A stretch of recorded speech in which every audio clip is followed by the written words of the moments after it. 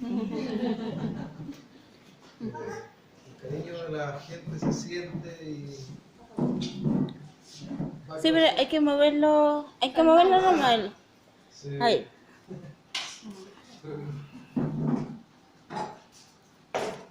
Más que una presentación, quiero que sea una conversación. Entonces, por favor, vayan interrumpiendo, haciendo preguntas, todo eso. Y bueno, como toda presentación está un poco simplificada, pero por más que uno la quiera simplificar, tiene muchas cuestiones técnicas que pueden parecer para ustedes poco amigables. Entonces, por ejemplo, esta primera es para decir que si bien la miastenia gravis, dentro de todas las enfermedades de la unión del nervio con el músculo, o sea, cuando el nervio pasa la fuerza al músculo, lo pasa con la acetilcolina. Por eso que muchos de ustedes toman mestinol, porque el mestinol aumenta la acetilcolina, entonces aumenta la fuerza que pasa del nervio al músculo. Esa es la idea, ¿no? El tratamiento. Bueno, esas enfermedades que afectan esa unión, ¿no?, son las que están acá. Y la más frecuente es la miastenia. Acá en Chile estamos haciendo un estudio para ver cuántos pacientes con miastenia hay, pero yo estimo que debe haber entre 5.000 y 6.000, ¿ya? O sea, casi el doble de pacientes con esclerosis múltiple. Sin embargo, la esclerosis múltiple está en el auge, es justo. Entonces, otra vez. Y por si alguna vez han escuchado, porque en realidad nosotros los médicos nos equivocamos a hacer de diagnóstico, entonces diagnosticamos miastenia gravis y puede ser el segundo, que se llama síndrome miasteniforme o de Ehlers-Danlos. Es una enfermedad muy rara que se da un caso por millón de habitantes por año. Y como usualmente se da en el contexto de una persona que tiene cáncer del pulmón, como que pasa a segundo plano la enfermedad. La persona está más preocupada de la quimioterapia, de la radioterapia, entonces le dicen está cansado, que se le caen los párpados, apenas camina, pero todo el mundo dice, bueno, pues cáncer. Pero la verdad es que esto se ve en los pacientes que tienen cáncer del pulmón.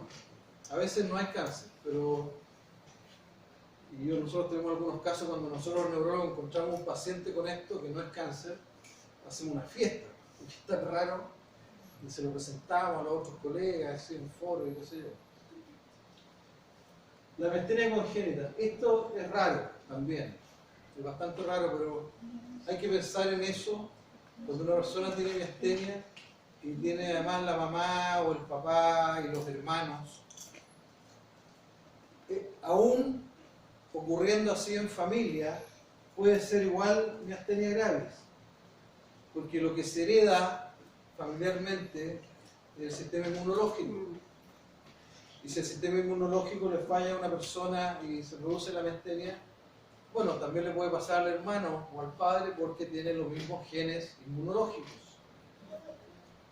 Pero igual, si una persona tiene un papá, una mamá, un hermano que tienen miastenia, hay que pensar que puede ser congénita o hereditaria, ¿ya? Hay que pensar eso. ¿Y por qué hay que pensarlo? Porque estos pacientes no van a, por mucho inmunosupresión que uno les dé, no van a mejorar. Algunos mejoran con mestinol, pero la gran mayoría tampoco. Entonces, por eso les pongo esto, porque si bien, perdonen los términos tan raros y densos, es porque siempre es bueno hacer un diagnóstico preciso, porque si uno no hace un diagnóstico preciso, a veces ahí subyace la falla del tratamiento. Botulismo, ¿qué es eso? A lo mejor a ustedes lo han escuchado. Lo han escuchado yo creo más como Botox. Hay personas que se ponen Botox para las arruguitas, pero bueno, se puede usar para el dolor, o para las personas que tienen los músculos torcidos, así, distonía se llama, o para personas que han tenido accidentes vasculares, entonces la pierna se le recoge tiesa, para que se relaje se le inyecta Botox. Pero a veces, ya sea porque una mujer muy bella quiso ser más bella y se puso Botox por acá, y presentan visión doble y se les cae el párpado, igual que miastenia. Por supuesto, las formas graves de botulismo son cuando una persona consume una conserva contaminada con la bacteria que produce la toxina, que se llama Clostridium, y se come la conserva esa contaminada. Bueno, esa persona llega a la UTI porque se le paraliza todo, queda como en crisis. Bueno, afortunadamente eso es raro y se da solamente si una persona come, ya sea, como decía, conservas o alimentos contaminados. Por eso siempre los alimentos idealmente siempre tienen que ser cocidos. ¿Eso también está en la carne de cerdo? No, ahí hay otro parásito que produce una enfermedad muscular que se llama triquinosis, pero es distinto a lo que estamos hablando acá de las enfermedades de la unión del nervio y el músculo.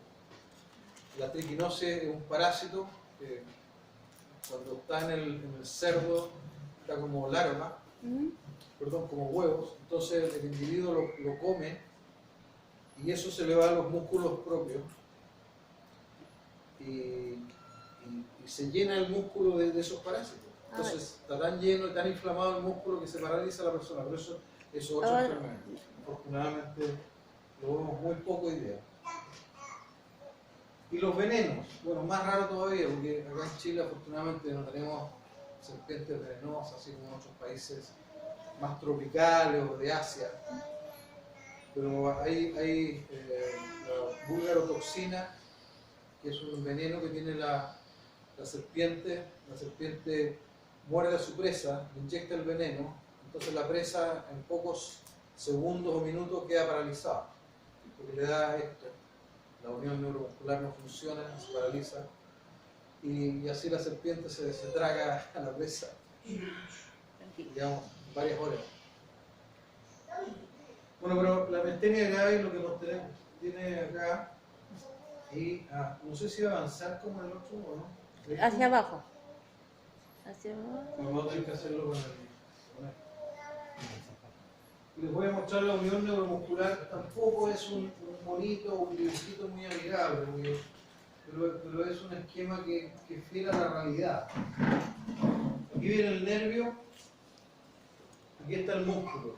El músculo siempre tiene esa forma, esas bandas, ¿ya? Porque el músculo actúa, cuando se contrae, actúa la actina y la miosina. Entonces, cuando se contrae, se produce esto. Y esas barras son justamente esas proteínas que interactúan así. Entonces aquí viene el nervio, aquí viene el axón del nervio, ahí está el músculo, y ahí está la unión. ¿Ves? Es una unión bastante intrincada, es una unión como de matrimonio, o sea, para toda la vida. Y en esa unión, en ese espacio, vean ustedes esas cositas blancas podría ser la acetilcolina que sale y que actúa en la membrana muscular, en las puntitas, para transmitir la fuerza del nervio al músculo. Y si ustedes se fijan en este esquema, mira, está en inglés, no es que me lo quiera dar de ciútico, pero lo que pasa es que tiene una historia. ¿A dónde era ella? Acá.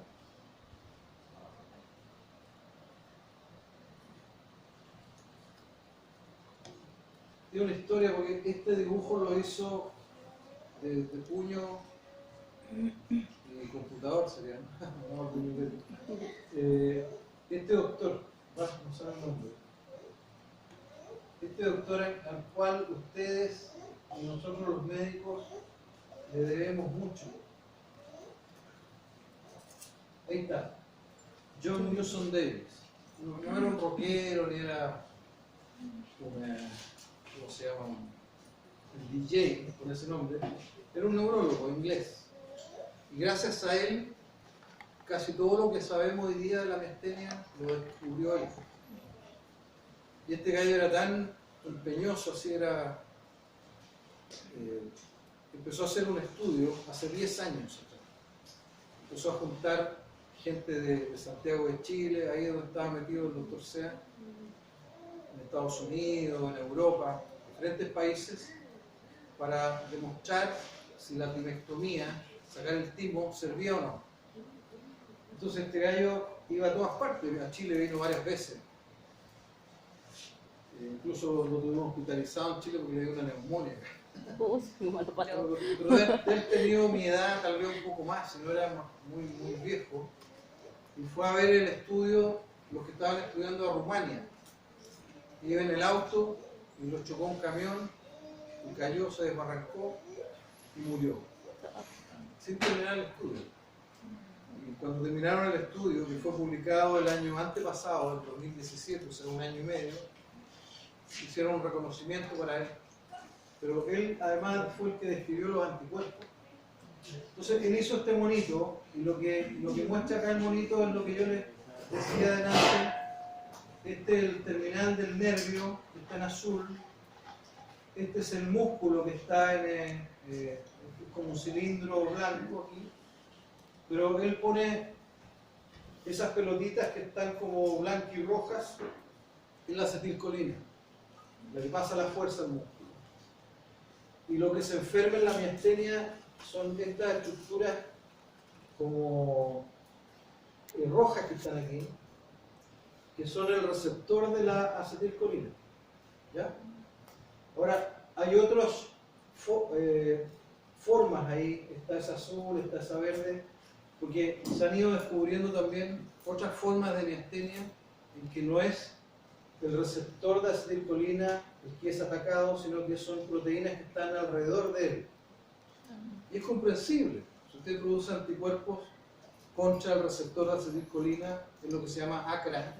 ¿Ya? ¿Me has escuchado eso? Se produce miastenia, pero si ustedes producen anticuerpos contra las proteínas que mantienen juntos estos receptores, que los tienen ahí para que funcionen, también se produce miastenia. ¿Se fijan? Entonces, por eso les pongo esto. Una, para que ustedes sepan que hubo un hombre desinteresado en el mundo que se jugó la vida y se mató tratando de ayudar al prójimo. ¿Ya? Porque gracias a él hoy en día sabemos que cuando los anticuerpos ACRA, o sea, antirreceptor de acetilcolina, los rojos, son positivos, hay que sacar el timo. Eso fue su demostración, así categórica, fehaciente, evidencia clase A.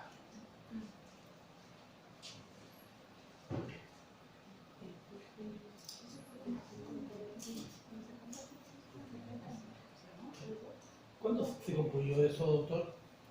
Esa publicación salió en una de las revistas más prestigiosas del mundo, que se llama New England Journal of Medicine, y salió publicado el año 2017, por ahí por marzo-abril. Ok, pero lo que decía mi señora referente a el ACRA positivo,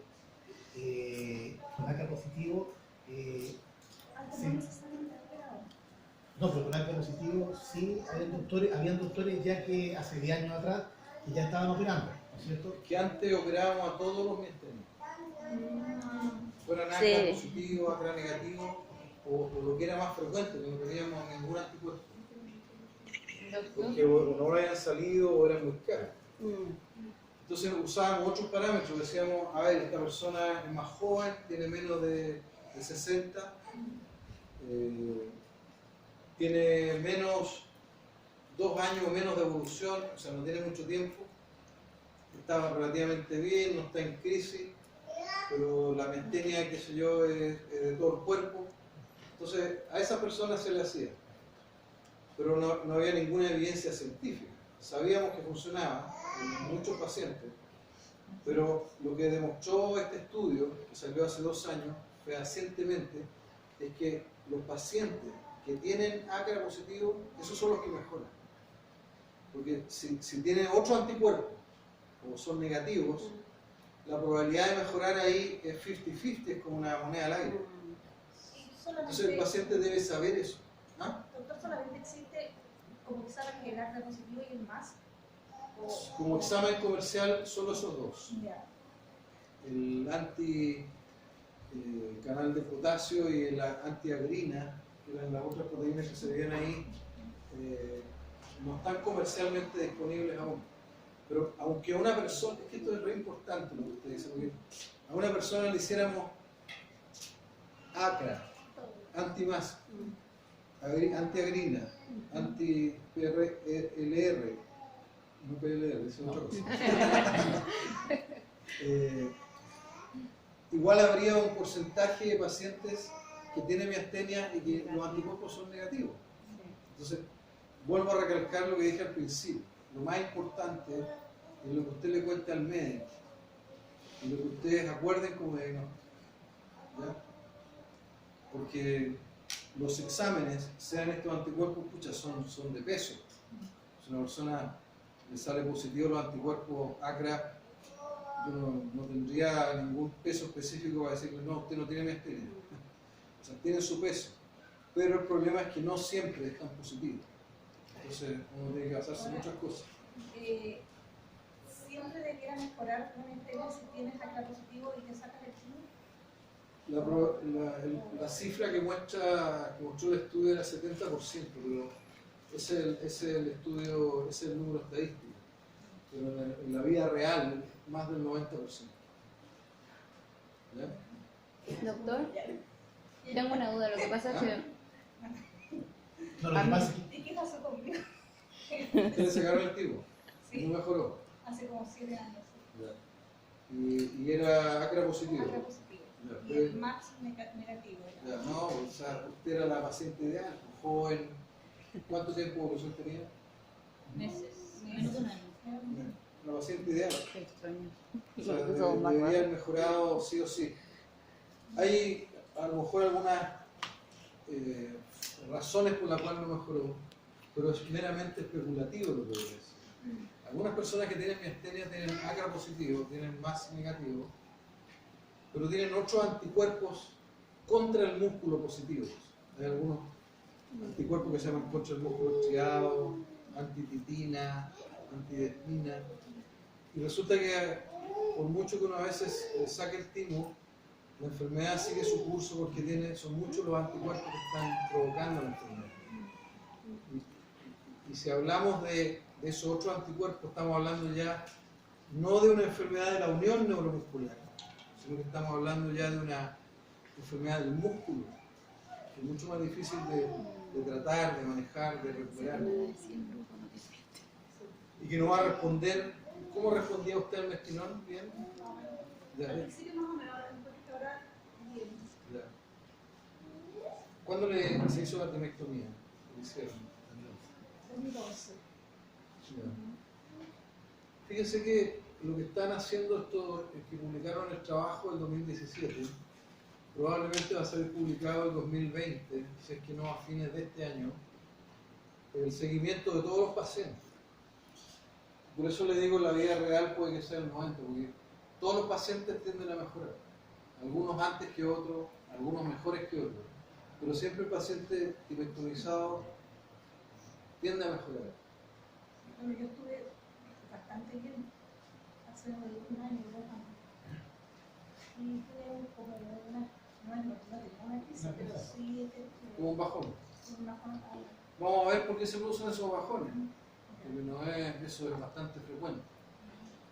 Hay otra cosa que debo decir que no es muy a favor de mi gremio, los médicos, pero una razón por la cual una persona que se hace timectomía puede no mejorar es porque el cirujano no sacó todos los restos tímicos. Porque si el cirujano sacó el 80%, el 90%, y quedaron ahí focos de grasa donde habían linfocitos tímicos, no sacó nada con hacer la timectomía porque dejó ahí el origen de la enfermedad. Doctor, entonces una consulta, una operación para sacar el timón, ¿cuál es la mejor? ¿La que abren acá Eso, o la de acá? Muy bien, muy ¿O bien. la de los lados? Lo que pasa es que antiguamente, no tan antiguamente, pero hace 10 años, nosotros siempre preferíamos la abierta porque decíamos, ahí hay menos probabilidad de que quede tejido tímico o grasa tímica.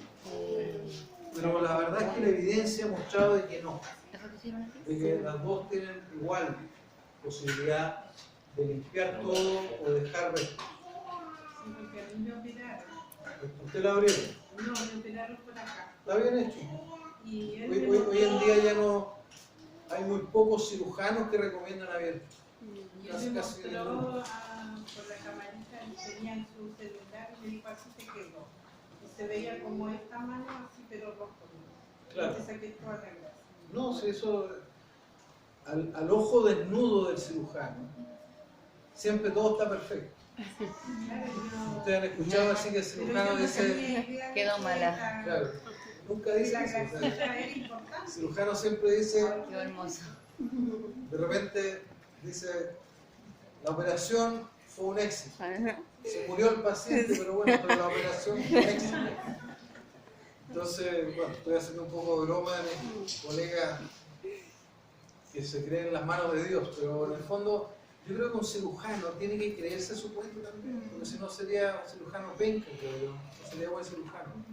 Yo siempre he dicho que yo me operaría como cirujano realmente que crea que sus manos son las manos de Dios, porque creo que el gallo ahí lo está haciendo su mejor performance.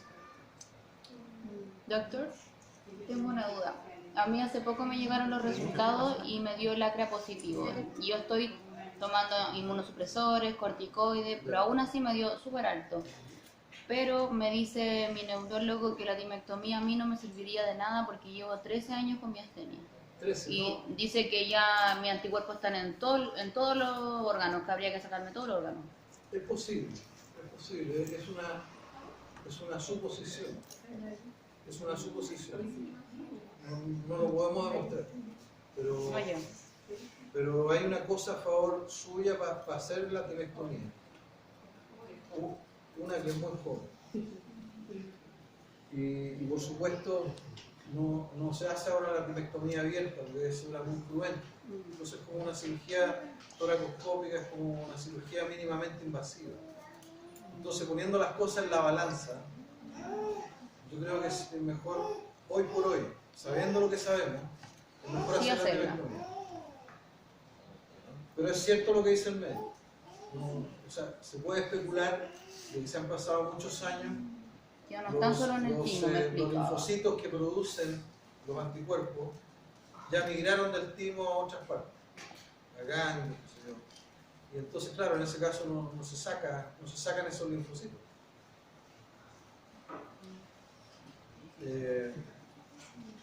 ¿Seguimos? Oye, ya se tomó mi bebida. Debe estar el calentito porque mi agua De estar tibia ya. ¿Le cambió la bebida, doctor? Aquí está la definición de miastenia. ¿Ya? Ah, una Es una hermana. enfermedad autoinmune. ¿Qué quiere decir eso? Que yo produzco anticuerpos contra mí mismo, contra el músculo, contra el receptor en el músculo. ¿Cómo se llaman esos anticuerpos que yo produzco? Si no debiera, ACRA, ¿cierto? Es mucho más frecuente que esto afecte.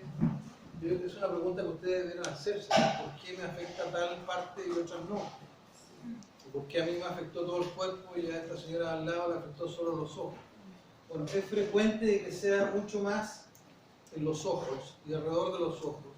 Entonces las personas se les cae el párpado en doble, no pueden cerrar el ojo, les queda abierto. O vulvar. Eso en segundo lugar. Vulvar se refiere al bulbo raquídeo, por eso está con B larga los dos. Y se refiere a que la persona tiene dificultades para hablar, tragar, empieza a hablar con la voz nasal o gangoso, como así, le cuesta masticar. Hay gente que no repara en eso. La masticación, o sea, de repente no se han dado cuenta de que durante muchos meses o años esa persona se demora mucho en comer. No, pues está buena, déjame ver. A ver. ¿Sí? Gracias. Entonces, y menos frecuente la miastenia, pero obviamente todos sabemos que se presenta, es que tenga compromiso de las extremidades. Cuando digo vulvar no solamente me refería al aspecto de la boca o tragar, sino que también de la cabeza. Trataba muchos pacientes que llegaban a la consulta así. ¿Y con la respiración también? La respiración también Porque está en el a mí bulbo. solamente me afectaba la respiración. ¿Sí? Ya. Bueno, pero Todas mis esa crisis, es la sí. parte más heavy de la miastenia, la respiración, porque eso es lo que determina que una persona tenga crisis y tenga que ser hospitalizada urgente y tenga que ser llevado a una UTI A la UCI. y a veces ayudarlo a A la respirar. UCI. Eso y el no poder tragar son las dos cosas que uno diría es sinónimo de crisis y muchas veces van juntas. Entonces la persona hay que llevarla a la UTI, hay que ayudarla a respirar con una máscara o desintubar y hay que ponerle una sonda para alimentarla. Sí, a mí me han dado más de 30 de esas. 30. Sí. ¿Y dónde te hospitalizas? En el barrio Luco, a veces en clínica, acá también. Oye, con razón el ministro de Salud se ha quejado tanto. Sí. Es que yo las tengo en quiebra. Escucha los miasténicos y dicen, no, los miasténicos no les vamos a dar el gesto. Hemos llegado hasta los Andes. Hasta los Andes estuve una vez en la UCI. Hasta los Bueno, Andes. ahí están los números que les hablaba antes. Aquí está un poco subestimado, porque yo les dije entre 5.000 y 6.000, aparece 4.000. ¿Y cuál es el síntoma, el signo, cuál es el sello de esta enfermedad? Y ustedes que lo han sufrido saben perfectamente. Exacto. Que de repente tienen un poco más de fuerza y de repente tienen menos fuerza y después pueden tener otra vez un poco más de fuerza y después tener menos fuerza. O sea, una parecia o fatigabilidad fluctuante. Y no solamente la dicen ustedes al médico. El doctor sabe que en la mañana amanezco así y ya a las 12 estoy así. Sino que el médico cuando está examinando al paciente también lo ve. Entonces, prácticamente no hay otra enfermedad que de esto. Y como aquí está lleno de damas, y como prueba los que están presentes, la enfermedad es más frecuente en las mujeres. Y en las mujeres jóvenes. Pero también es más frecuente en los hombres viejos. Así como de mi edad va. ¿Cuál será la mejor manera de irlo corriendo? ¿Sí? ¿Y hacia abajo no corre? ¿En la flechita hacia abajo? Ah, sí, tenía razón. Entonces, ahí están los síntomas por los cuales ustedes fueron al médico. Visión doble, o sea, diplopía, lo que llamamos nosotros. ¿Estoy tapando ahí, perdón? Se caen los párpados, nosotros le vemos tosis en la ficha. Tosis. A veces se cae un párpado, a veces los dos, a veces uno más que otro. Y hay dificultad para hablar, para masticar, para emitir la voz, a veces se decir la voz, voz nasal, como me decían antes, para pronunciar. Tengo que hacer la que hace will go. La cabeza se puede caer hacia adelante o hacia atrás, ¿no? Es más frecuente para adelante. Se pierde la fineza, la posibilidad de hacer movimiento con las manos. La persona no puede lavarse el pelo, no puede levantar los brazos, no puede abrocharse el botón. Hay muchos pacientes que yo he tenido que ayudarlos a abrocharse el botón. O escribir. La letra cambia, sí, a mí me Díganme cambió la ustedes, letra, ustedes son los que han sufrido. impresionante. Sí. No puede caminar, el paciente no puede correr. Y hay formas de expresarse del chileno, diría yo en general, y del paciente de cualquier parte del mundo, que son propias de donde uno vive.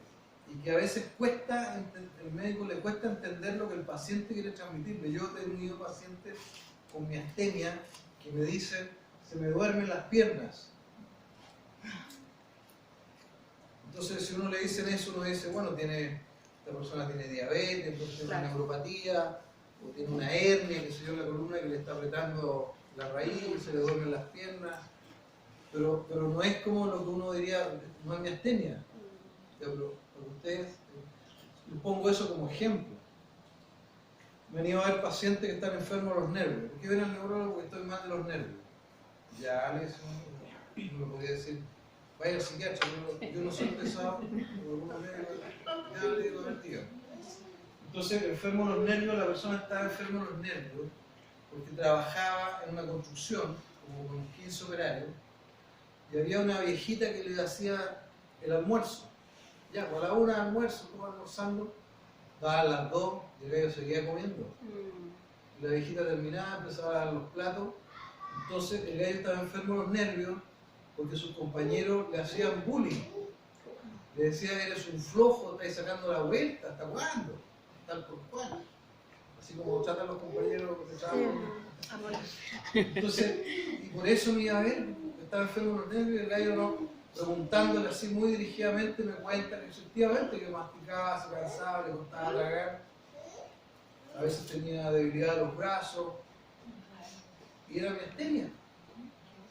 Un gallo, estamos hablando de 1,80 m, de 25 años, o sea, Joven. y así, o sea, Esto, o sea, independiente del tratamiento, ¿este igual es degenerativo? no, no. Hay enfermedades de neurología que nosotros vemos muchas y que son degenerativas. Esta no cae en esa categoría. Por ejemplo, por darle ejemplo de enfermedad degenerativa, la que tuvo Peter Rock hace poco, La ELA. decían que había tenido Stephen Hawking. Bueno, ahí se van muriendo las neuronas en la isla Caceres.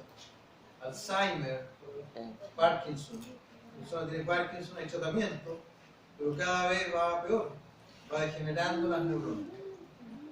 Acá, lo que ocurre, y esto pónganme atención en esto porque no quiero que piensen que es degenerativo.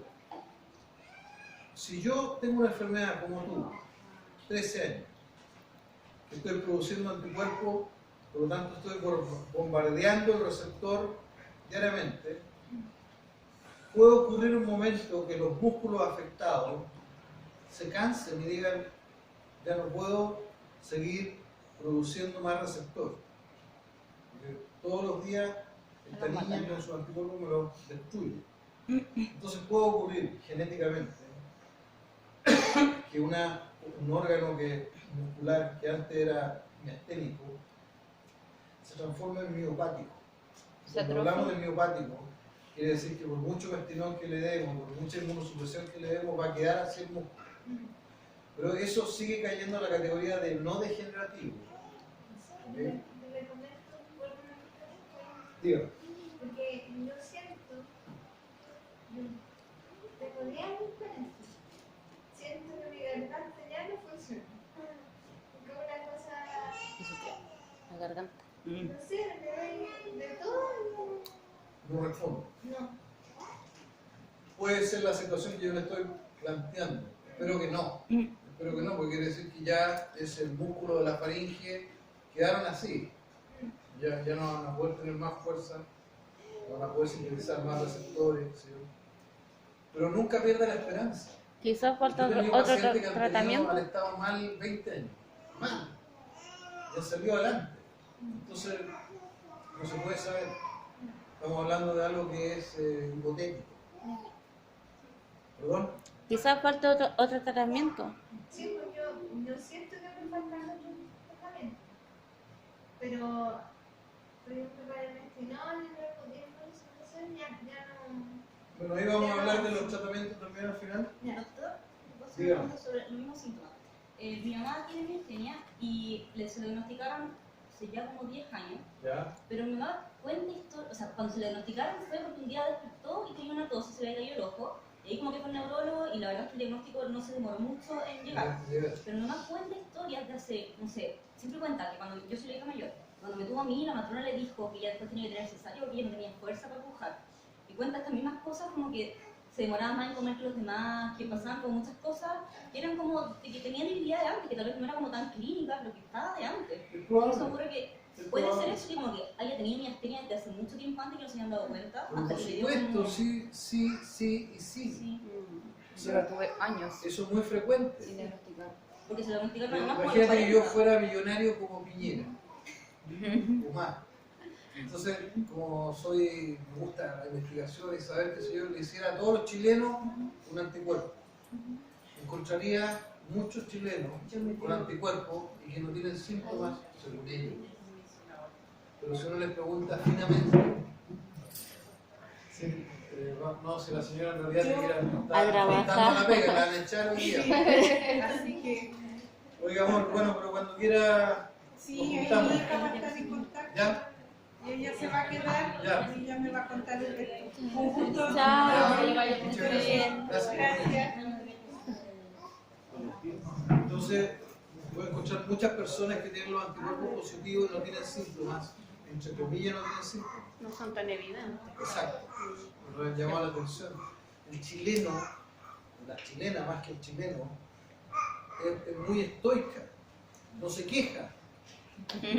O sea, no va a reclamar al tiro, sino que, por ejemplo, yo lo veo. Hay otra enfermedad que se da mucho en la mujer, más que en el hombre, que es el síndrome del túnel carpiano, se duermen las manos. Oye, y no van al médico, hasta que ya no pueden dormir de las manos. Entonces, la miastenia, salvo que sea algo muy evidente, que se caiga un ojo, que se le caiga la cabeza, o definitivamente no pueda tragar, los pacientes no van al médico. Y si es fluctuante, el otro día se me pasó. Menos va. Entonces después cuando le viene a decir, pero se me va a pasar. Entonces ya va postergando y pasan años. Algunos pacientes permanecen siempre igual. Ojo, tos y diplopia, nada más. Otros se van agravando y van comprometiendo otras partes del cuerpo. Eso se llama generalización o miastenia generalizada. ¿Ya no es ¿Ya? generalizada? Sí. Y como decíamos delante, la crisis miasténica es cuando la persona no puede tragar y o no puede respirar. Usualmente ambas cosas. Sí, Y eso hay que hospitalizar al paciente sí o sí, ahora ya, o si no.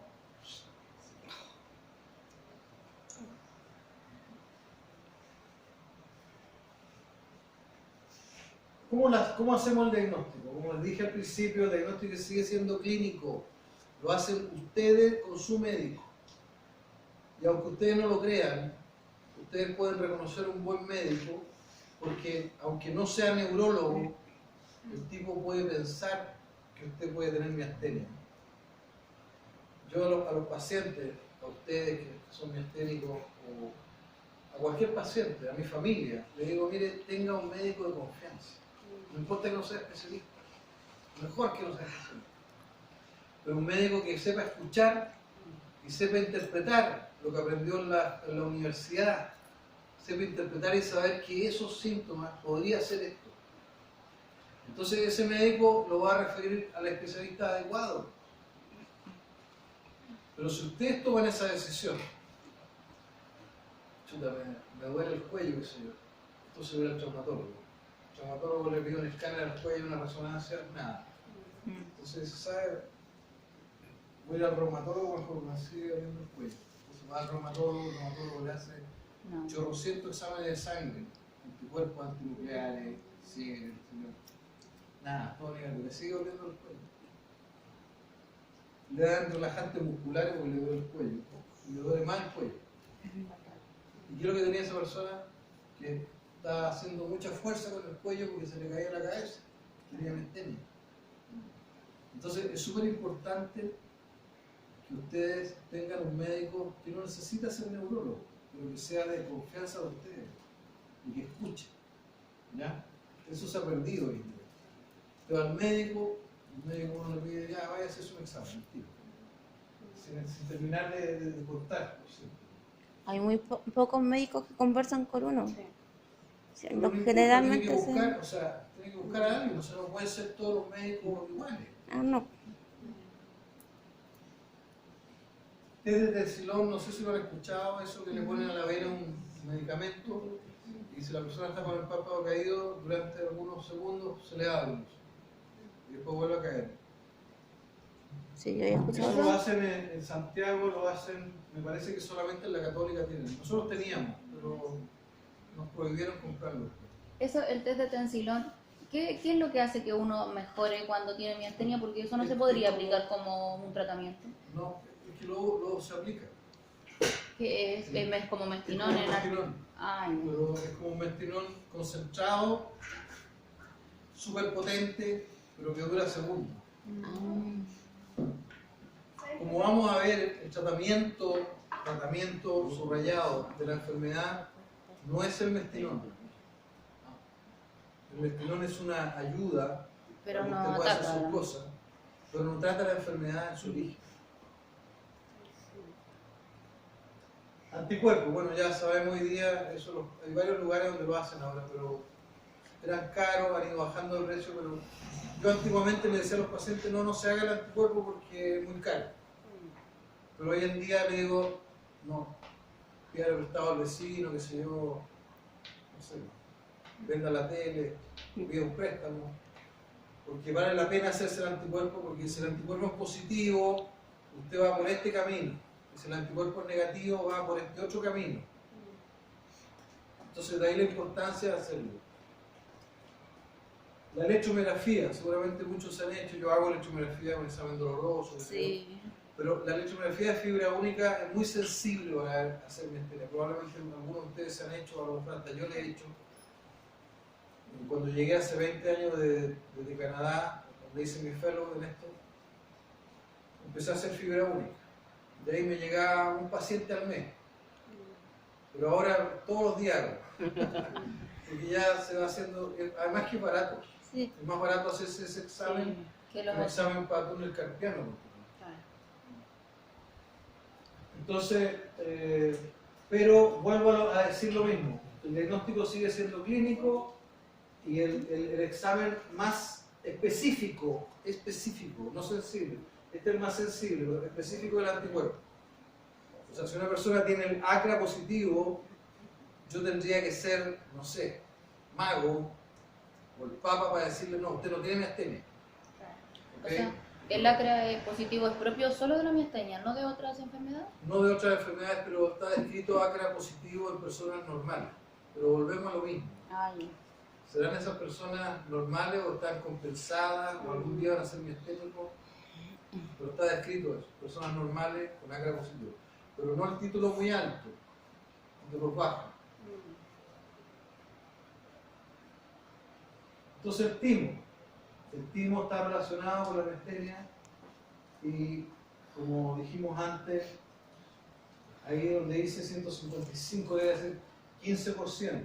O sea, 1 de cada 6 pacientes tiene un tumor del timo.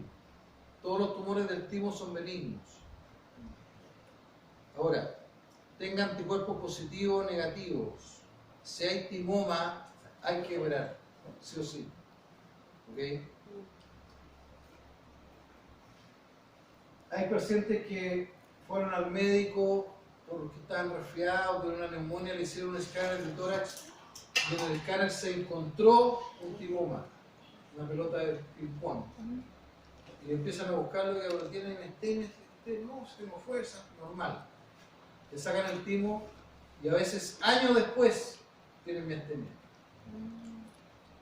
O sea, esta enfermedad tiene muchos bemoles, muchas formas de presentación, es solapada, es traicionera a veces. ¿Ya?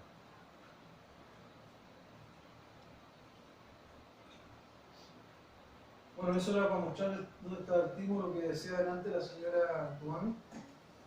El cirujano le tomó la foto ahí y le vio que estaba todo, ya no quedaba nada de grasa.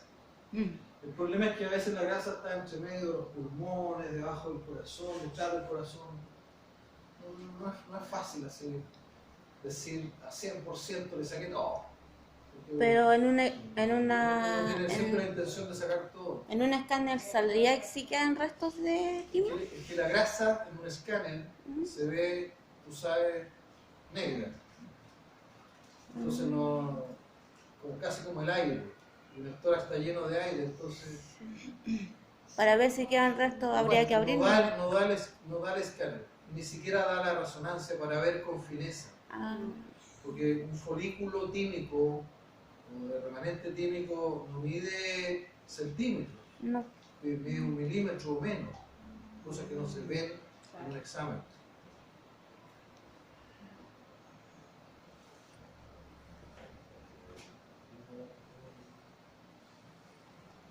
¿Qué pasa supongamos que todos ustedes tuvieran miastenia, yo fuera el doctor Mengele, ¿se acuerdan del doctor Mengele que hacía experimentos con seres humanos? Entonces dijera, ya, no voy a tratar a ningún paciente, sino que lo voy a seguir en los años a ver cómo sigue. Y eso se hizo en Holanda, pero no porque yo quisiera, sino porque no había tratamiento en esa época, esto es un estudio muy antiguo. Entonces, en términos generales, van a encontrar ahí que más o menos 1 de cada 3 pacientes se mejora solo. Qué enfermedad más rara, ¿eh?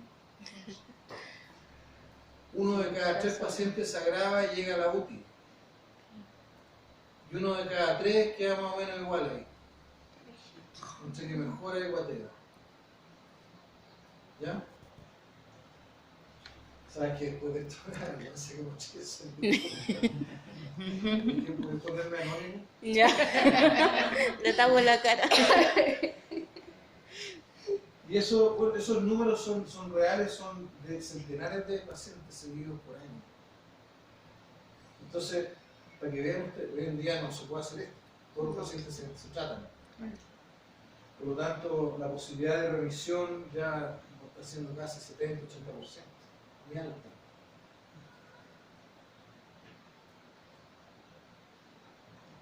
Esto preguntan siempre los pacientes, ¿por qué se me puede agravar la miastenia? Y puede ser muchas cosas. Yo podría decirle así, abuelo pájaro, cualquier cosa. Porque cada persona es diferente, cada quien sabe dónde la mete el zapato. Si usted me dice, yo me agravé porque me agarré con mi marido, por supuesto. Sin embargo, las más frecuentes son lejos las infecciones y lejos las infecciones respiratorias. Eso es lo que más descompensa a un miastenia, por eso hay que tener mucho cuidado de lavarse siempre las manos, de no contagiarse.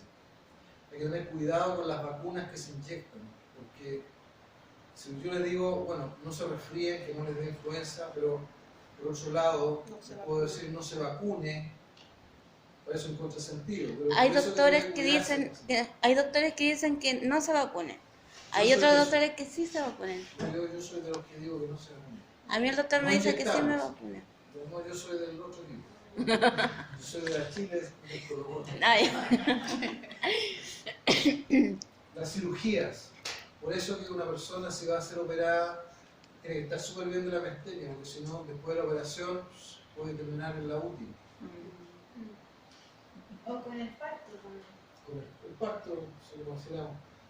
De hecho, lo que hacemos muchas veces aquí y que siempre se hacía el torrón, si una persona con miastenia, no importa cómo esté, bien, más o menos, se tiene que operar. Antes de operarla le hacíamos plasmaferesia. Antes de operarse. Sí o sí. Como protocolo de prevención. Los traumatismos, cualquier traumatismo, sobre todo si hay un traumatismo que da compromiso del músculo, ¿ya? Con necrosis o hematoma del músculo. Si yo digo, pucha, usted está súper bien, así que le vamos a suspender el tratamiento ahora, porque está normal, tiene fuerza al 100%, y lo suspendo, bruscamente mal hecho, o si lo suspendo muy rápido, porque esa persona puede pegarse la recaída, peor que la enfermedad que tenía antes. Cuando uno empieza a tratar al paciente con corticoides, ya sea que le doy dosis baja, dosis alta, todos los días, día por medio, siempre al principio, las 2 primeras semanas, el paciente se agrava. Acabo de hacer un trabajo en mi casa, bueno, lo hice yo, lo hizo un paciente que salió, es como de mi edad, salió acá positivo, ya fue a ver al cirujano tórax, pero me dijo, ¿usted en qué trabaja? Le dije yo, no, yo hago construcción, hago cuestiones chutas, le dije yo, tengo un problema con el vecino que se me estaba cayendo la pared, ¿sí?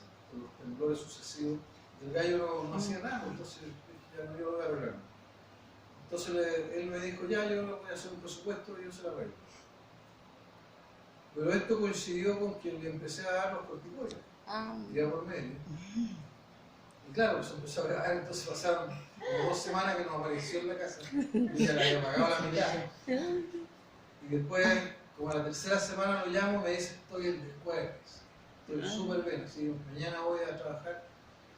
Y hoy día, ayer terminó la pega, quedó lindo, precioso. Y está súper bien el caballero, pero igual va a tener que comer. Entonces, hay que tener cuidado con los tratamientos con los corticoides. Hay medicamentos que agravan la enfermedad que vamos a ver en la otra slide. El embarazo puede agravar la enfermedad, pero también puede mejorarla. Yo he escuchado de casos que la han mejorado y durante el embarazo mejoran. Yo no tenía ni que usar mestilón cuando Sí, estuve por eso digo, embarazada. pero a veces... Si hubiera podido correr, corría, sí. Muy bien. Fue el único momento, fue como un Puede respiro de mi agravarse. enfermedad de todos los años. Puede empeorarse o puede estar así igual. Eso que se mejore durante el embarazo, que se haya mejorado usted es muy bueno, porque es decir que usted se tiene que sanar sí o sí. Pero eso porque no te pasa todo. Quiere decir que tengo que vivir embarazada. Depende de lo que presenta, pero siempre hay un filtraje pasivo de anticuerpos.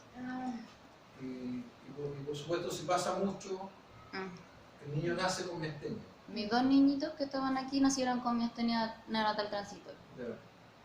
Y ahora el mayor está en estudio, estamos esperando la hora del neurólogo porque está con síntomas.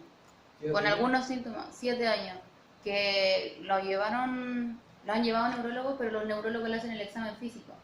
Pero yo creo que para mí es más fácil porque yo, como tengo miastenia, reconozco ciertas cosas que yo sé que son propias. Como que él me dice que se le doblan las piernas cuando corre, que de repente se le cansa la cabeza y se le cae. Los párpados siempre los tiene como caídos. Tiene que hacerse los anticuerpos. Tus anticuerpos salieron positivos, ¿no? Sí, y los de él salieron positivos cuando él nació, cuando tenía la Ahora hay transitoria. que hacerlo. Porque si ahora no tiene nada que ver con decir que él sí tiene miastenia. Y lo que dijimos al principio, o sea, no es que sea la miastenia hereditaria, sino que su sistema inmunológico genéticamente es similar el de él al suyo. En esta enfermedad es frecuente que las personas tengan problemas en la tiroides. Cuando la tiroides se agrava, ya sea por el hipertiroidismo o hipotiroidismo, bueno, se agrava la enfermedad también. El calor agrava los síntomas de la enfermedad, por eso aquí están todos mirando la señora de No les compensa.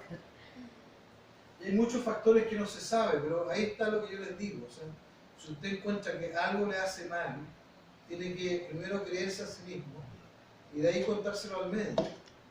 Sí, porque por ejemplo... Si el médico le dice, qué sé yo, como le dije antes, o sea, me agarré con mi marido, me grabé, el médico le va a decir, no, eso no hay que ver. Pero tiene que ver. Sí, porque algunos alimentos le hacen mal. Hay personas que encuentran que algunos alimentos hacen mal, por ejemplo, la leguminosa. No debiera. Pero anda a saber tú que tengan algún émulo de alguna aminoácido y que provoque algún bloqueo de algo que disminuya la fuerza. Entonces, una persona que está con miastenia está en el límite, está en la cuerda floja. No es como una persona que no tiene miastenia, que tiene un gran margen de seguridad. La persona que tiene miastenia, como está en el límite, cualquier cosa puede botarla. Bueno, estos son los medicamentos que ustedes más han escuchado. Hay un sitio que me mandó un paciente en internet que salen como miles de medicamentos. La verdad es que no es tan así. O sea, ¿qué es lo que hago yo? Cuando un paciente me pregunta, ¿puedo tomar este remedio? Y no está en ese listado, yo lo googleo. A ver cómo se ha salido algo nuevo, porque siempre dice, va saliendo en internet un caso, un caso en miles de millones de habitantes que somos, un caso de una persona que tomó aspirina y se le agregó la miastenia. Entonces uno tiene que decirle al paciente, mire, hubo un caso, pero no creo que. Pero hay que ser honesto con el paciente. Entonces yo le digo, no le va a pasar nada. Pero estas cosas hay que tener cuidado. ¿Ya? Esos antibióticos, los beta bloqueadores se refieren al propanolol, esas cosas en hipertensión se usa mucho en Chile el atenolol. Para el son beta bloqueadores. Por supuesto los relajantes musculares y benzodiazepina, o sea el alprazolam, diazepam. clormesanona. Yo me acuerdo cuando yo empecé con la miastenia, yo no tenía idea, yo estuve 3 años sin diagnóstico. Y como sentía tantas cosas musculares, lo primero que hice fue marihuana. Ya. Para poder... El pololo le dijo. No, como el diagnóstico, la cannabis, el aceite de cannabis, y eso era... Hay mucho mito al respecto, pero por favor en miastenia no hay nada bueno, descrito nuevo, bueno. Y que sí se ha descrito cosas buenas en epilepsia. Hay una pelea así entre algunos epilepsiosos y que no, pero pareciera ser que un tipo muy especial, muy particular de epilepsia sí sirve el cannabis, pero no la gran mayoría. Yo tengo pacientes con epilepsia, bueno, ya no veo mucho porque veo más pacientes con miastenia, otras enfermedades, pero cuando veía muchos pacientes con epilepsia justamente fumaban marihuana y convulsionaban. Entonces cuando empezó a salir esto de que la marihuana podría mejorar la epilepsia, dije, ¿están locos? O sea, ¿de dónde? Pero sí, hay un tipo muy particular de epilepsia que puede mejorar con la marihuana. No, yo te digo por el tema del no diagnóstico, uno no sabe qué pasaba y a mí me... ¿Usted cómo se sentía? Pésimo, se hacía mal. Tenía un bajón malo. Sí. Bueno, hay otros medicamentos menos probables, pero acuérdense, cada vez que vayan a un médico, el médico le receta medicamento, le pide un examen que hay que usar medio contraste, ese médico tiene que saber que usted tiene miastenia o ha sido tratado por miastenia. Usted de alta.